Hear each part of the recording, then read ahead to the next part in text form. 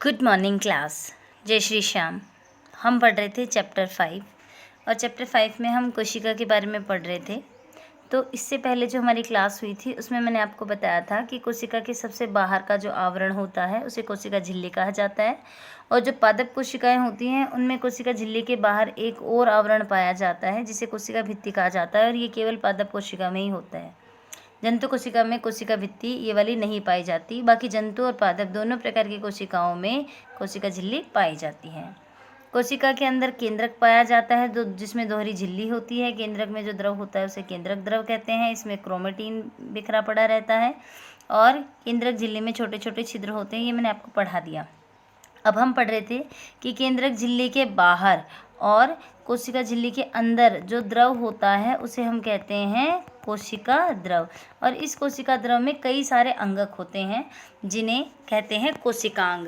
कल हमने पढ़ा था एक तो अंतर्द्रव्य जालिका जो कि नलियों के रूप में, जाल के रूप में पूरी कोशिका के अंदर फैली रहती हैं, और ये दो प्रकार की होती हैं, खुरदरी अंतर्द्रव्य जालिका और चिकनी अंतर्द्रव्य जालिका। इसके बाद देखिए हम पढ़ रहे हैं, हमने अंतर्द्रव्य जालिका के बारे में पढ़ा, लाइसोसोम के बारे में हमने पढ़ा। आज हम बात करते हैं माइटोकॉन्ड्रिया की। अब आप देखिए माइटोकॉन्ड्रिया जो होता है इसकी संरचना कैसी होती है। माइटोकॉन्ड्रिया जो होगा इसके अंदर क्या होता है, ये इस तरह से दोहरी झिल्ली युक्त कोशिकांग होता है। पहले मैं आपकी माइटोकॉन्ड्रिया की संरचना के बारे में बता देती हूँ। माइटोकॉन्ड्रिया की जो संरचना होती है इसमें दोहरी झिल्ली पाई जाती है। इस तरह से तो बाहरी झिल्ली होती है, और जो आंतरिक झिल्ली होती है वो इस तरह से उभार बने हुए होते हैं इसके अंदर। तो ये है माइटोकॉन्ड्रिया। माइटोकॉन्ड्रिया के अंदर की जो झिल्ली होती है इसमें द्रव पाया जाता है जिसे कहते हैं आधात्री या मैट्रिक्स। ये इसकी बाहर की झिल्ली हो गई, इसकी आंतरिक झिल्ली हो गई, और इसके अंदर है मैट्रिक्स या आधात्री जिसे कहा जाता है। ये जो उभार बने हुए हैं आपको दिखाई दे रहे हैं इन्हें कहा जाता है क्रिस्टी, और इन क्रिस्टी के ऊपर दानेदार संरचना होती है जिन्हें ऑक्सीसोम कहा जाता है। ये क्रिस्टी के ऊपर पाए जाते हैं। माइटोकॉन्ड्रिया को कोशिका का पावर हाउस, शक्तिगृह कहा जाता है।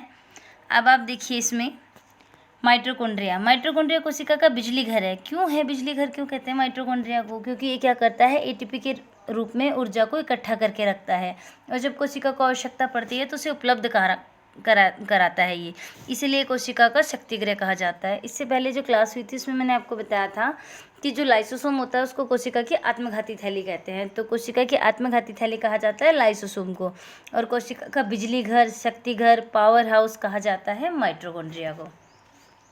माइटोकॉन्ड्रिया को बिजली घर कहा जाता है। माइटोकॉन्ड्रिया दोहरी झिल्ली की बनी होती है। बाहरी झिल्ली छिद्रित होती है, भीतरी झिल्ली बहुत अधिक वल्लित इसमें होते हैं। ये वल्ले एटीपी बनाने वाले रासायनिक क्रियाओं के क्षेत्र को बड़ा बनाती हैं। जीवन के लिए आवश्यक विभिन्न रासायनिक क्रियाओं के लिए माइटोकॉन्ड्रिया एटीपी के रूप में ऊर्जा प्रदान करता है। ध्यान रखना, माइटोकॉन्ड्रिया है वो किस रूप में ऊर्जा को इकट्ठा करके रखता है, एटीपी के रूप में, और एटीपी का पूरा नाम है एडिनोसिस ट्राइफॉस्फेट। एटीपी का पूरा नाम याद रखना क्योंकि आगे की क्लासों में भी आपके टॉपिक हैं। तो माइटोकॉन्ड्रिया जो है वो एटीपी के रूप में यानी एडेनोसिस ट्राइफॉस्फेट के रूप में ऊर्जा को इकट्ठा करके रखता है। शरीर नए रासायनिक यौगिकों को बनाने और यांत्रिक कार्य के लिए एटीपी की संचित ऊर्जा का उपयोग करता है। माइटोकॉन्ड्रिया बहुत अद्भुत अंगक है क्योंकि इसमें उसका खुद का अपना डीएनए और राइबोसोम होते हैं। आपके आगे क्वेश्चन आएगा कि कोशिका में ऐसा कौन सा अंगक है जिसमें अपना खुद का डीएनए होता है, तो इसमें आंसर होगा माइटोकॉन्ड्रिया। अतः माइटोकॉन्ड्रिया अपना कुछ प्रोटीन स्वयं बनाते हैं। माइटोकॉन्ड्रिया के बारे में मैंने आपको पहले भी बताया था, इसे कोशिका का शक्तिगृह कहते हैं। एक शब्द आपकी हर जगह बार बार आ रहा है, राइबोसोम। राइबोसोम जहाँ पे भी होते हैं उनका मुख्य कार्य होता है प्रोटीन को बनाने का। तो माइटोकॉन्ड्रिया में राइबोसोम और डीएनए दोनों होते हैं। तो राइबोसोम है, इसका मतलब माइटोकॉन्ड्रिया में क्या होता है, प्रोटीन बनते हैं। अगला हम बात करते हैं प्लास्टिड की। प्लास्टिड ये केवल पादप कोशिकाओं में पाए जाते हैं, जंतु कोशिका में प्लास्टिड नहीं होते हैं। प्लास्टिड हैं वो दो तरह के होते हैं, एक तो होता है क्रोमोप्लास्ट और एक होता है ल्यूकोप्लास्ट। क्रोमोप्लास्ट यानी रंगीन जो वर्णक होते हैं, जैसे हरा रंग है, नीला रंग है, बैंगनी रंग है, रंगीन जो कलरफुल जो होते हैं ना, कलर्स जो होते हैं, इनके लिए जो जो प्लास्टिड रेस्पॉन्सिबल होते हैं वो क्रोमोप्लास्ट में आएंगे, और ल्यूकोप्लास्ट का मतलब होता है श्वेत यानी सफ़ेद या रंगहीन, जिसमें कोई भी रंग ना हो, वो ल्यूकोप्लास्ट आएंगे। तो जो प्लास्टिड होते हैं दो तरह के होते हैं, एक तो होता है क्रोमोप्लास्ट और एक होता है ल्यूकोप्लास्ट। जिस क्रोमोप्लास्ट में क्लोरोफिल वर्णक होता है उसे क्लोरोप्लास्ट कहते हैं, यानी हरे रंग के लिए जो वर्णक रेस्पॉन्सिबल होता है जिसे हम क्लोरोफिल कहते हैं, और हरित लवक जिसे हम सामान्य भाषा में कहते हैं। तो जिसमें हरे रंग का वर्णक होता है उसे कहा जाता है क्लोरोफिल या हरित लवक। पौधों में क्लोरोप्लास्ट प्रकाश संश्लेषण के लिए बहुत ज़रूरी है। या आप पीछे की क्लासों में पढ़ चुके हैं कि पेड़ पौधे होते हैं उनमें हरित लवक क्या करता है, प्रकाश संश्लेषण की क्रिया में सहायता करता है। क्लोरोप्लास्ट में क्लोरोफिल के अतिरिक्त विभिन्न पीले अथवा नारंगी रंग के वर्णक भी होते हैं। ल्यूकोप्लास्ट प्राथमिक रूप से अंगक हैं जिनमें स्टार्च, तेल और प्रोटीन जैसे पदार्थ संचित होते हैं। ल्यूकोप्लास्ट क्या है, ल्यूकोप्लास्ट के अंदर क्या होते हैं, प्रोटीन है, तेल है और स्टार्च है, ये क्या रहते हैं, इकट्ठा रहते हैं। क्लोरोप्लास्ट की भीतरी संरचना में बहुत सी झिल्ली वाली परतें होती हैं जो स्ट्रोमा में स्थित होती हैं। प्लास्टिड बाह्य रचना में माइटोकॉन्ड्रिया की तरह होते हैं। माइटोकॉन्ड्रिया की तरह प्लास्टिड में भी अपना डीएनए और राइबोसोम पाया जाता है। मैं आपको इसकी क्लोरोफिल की संरचना बता देती हूँ। जो क्लोरोफिल जो होता है इसके अंदर ये इसकी बाहरी झिल्ली है, इसमें भी 2 झिल्लियाँ पाई जाती हैं। जैसा कि मैंने आपको पहले ही बताया है, हमारी जो कोशिका होती है जीव जंतुओं की, पेड़ पौधों की, वो यूकेरियोटिक होती है, और यूकेरियोटिक कोशिका में जो कोशिका अंगक होते हैं उनमें दोहरी झिल्ली के बने होते हैं।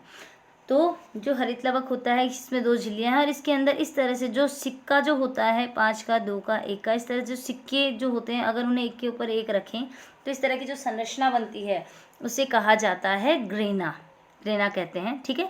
और ये किसके अंदर होता है, स्ट्रोमा में। और इस तरह के कई सारे ग्रेना इसके अंदर होते हैं, और 2 ग्रेना को जोड़ने वाली इंटरग्रेनम वेन में पाई जाती है। अब देखिए आप इसमें, ये आपका हो गया एक तो प्लास्टिड और एक माइटोकॉन्ड्रिया, ये 2 ऐसे कोशिकांग हैं जिनमें अपना खुद का डीएनए और राइबोसोम पाया जाता है। ध्यान रखना, एक तो माइटोकॉन्ड्रिया और एक प्लास्टिड। इसके बाद अगला आता है रसधानियाँ। रसधानियाँ क्या होती हैं, पादप कोशिकाओं या जंतु कोशिकाओं में छोटी छोटी थैलियाँ होती हैं, छोटी छोटी संरचनाएं होती है। रसधानियाँ ठोस अथवा तरल पदार्थों की संग्राहक थैलियाँ होती है। संग्राहक का मतलब होता है इकट्ठा करना। जंतु कोशिकाओं में रसधानियाँ छोटी होती हैं, और जो पादप कोशिका होती है उनमें रसधानियाँ बड़ी होती हैं। आपको जंतु और पादप कोशिका में जो अंतर बताया था उसमें एक अंतर ये भी आता है कि जंतु कोशिका में जो रसधानियाँ होती हैं वो छोटी होती हैं, और पादप कोशिकाओं में ये रिक्तिकाएँ या रसधानियाँ क्या होती हैं, बड़ी होती है। और यही रीज़न है कि ये रिक्तिकाएँ या रसधानियाँ छोटी होने के कारण केंद्रक जंतु कोशिका में बीच में होता है, और पादप कोशिका में ये रसधानियाँ बड़ी होने के कारण केंद्रक क्या हो जाता है, किनारों की तरफ साइड में हो जाता है, बीच में नहीं रहता। जंतु कोशिका में रसधानियाँ छोटी होती हैं जबकि पादप कोशिका में रसधानियाँ बहुत बड़ी होती हैं। कुछ पौधों की कोशिकाओं की केंद्रीय रसधानी की माप कोशिका के आयतन का लगभग 50 से 90% तक भी होती है। पादप कोशिकाओं की रसधानियों में कोशिका द्रव भरा रहता है। जो पेड़ पौधों की जो रसधानियाँ होती हैं कोशिकाओं के द्रव में जो पाई जाती हैं, इनमें क्या भरा रहता है, रसधानियों के अंदर द्रव भरा रहता है, और ये कोशिकाओं की स्फीत और कठोरता प्रदान करते हैं। पौधों के लिए आवश्यक बहुत से पदार्थ रसधानी में होते हैं। ये एमिनो अम्ल, शर्करा, विभिन्न कार्बनिक अम्ल और तथा कुछ प्रोटीन होते हैं जो कि इसके अंदर इकट्ठा रहते हैं। एक कोशिक जीवों की अगर हम बात करते हैं, जैसे कि अमीबा की बात ले लेते हैं, इनकी खाद्य धानियों के अंदर इनके द्वारा उपयोग में लाए गए खाद्य पदार्थ होते हैं। कुछ एक कोशिक जीवों में विशिष्ट रसधानियों के अतिरिक्त जल और कुछ विशिष्ट प्रकार के पदार्थ या अपशिष्ट हम कह सकते हैं पदार्थ इनके अंदर होते हैं, और ये शरीर से बाहर निकालने में क्या करते हैं, सहायता करते हैं। मैं आपको एक बार फिर से रिपीट कर देती हूँ कि हम पढ़ रहे हैं कोशिका के बारे में। कोशिका के बारे में सबसे बाहर मैंने आपको बताया कोशिका झिल्ली होती है। पादप कोशिकाओं में उसके बाहर एक और झिल्ली पाई जाती है जिसे कोशिका भित्ति कहते हैं। इनमें केंद्रक पाया जाता है जिसके बारे में हमने पढ़ लिया। केंद्रक के बाहर और कोशिका झिल्ली के अंदर जो द्रव भरा रहता है उसे कोशिका द्रव कहते हैं। उसमें कई सारे अंगक पाए जाते हैं जिसमें हमने पढ़ा अंतःद्रव्य जालिका, गोल्जी उपकरण, लाइसोसोम, माइटोकॉन्ड्रिया, प्लास्टिड, ये 5 हमने पढ़े हैं। और छठा है आपके रसधानियाँ।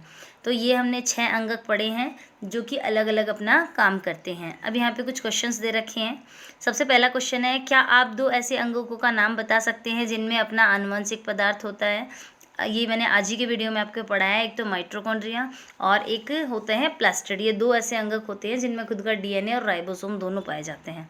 आनुवंशिकी पदार्थ का मतलब है डीएनए आरएनए से संबंधित। तो ये क्या होगा, माइटोकॉन्ड्रिया और प्लास्टिड। क्वेश्चन नंबर 2 है, यदि किसी कोशिका का संगठन किसी भौतिक या रासायनिक प्रभाव के कारण नष्ट हो जाए तो क्या होगा, कोशिका नष्ट हो जाएगी। क्वेश्चन नंबर 3 आपका है, लाइसोसोम को आत्मघाती थैली क्यों कहते हैं? क्यों कहते हैं? क्योंकि अगर किसी भी कारण से ये जो थैलेनुमा संरचना होती है लाइसोसोम, ये फट जाए तो ये अपनी कोशिका को पचा देती है, इसीलिए इसे आत्मघाती थैली कहा जाता है। अगला क्वेश्चन है, कोशिका के अंदर प्रोटीन का संश्लेषण कहाँ होता है? तो मैं आपको बता दूं, बार बार मैंने आपको एक लाइन रिपीट की है कि जहाँ पर भी राइबोसोम होगा वहाँ पे प्रोटीन का संश्लेषण होता है। तो कोशिका के अंदर प्रोटीन का संश्लेषण कहाँ होता है?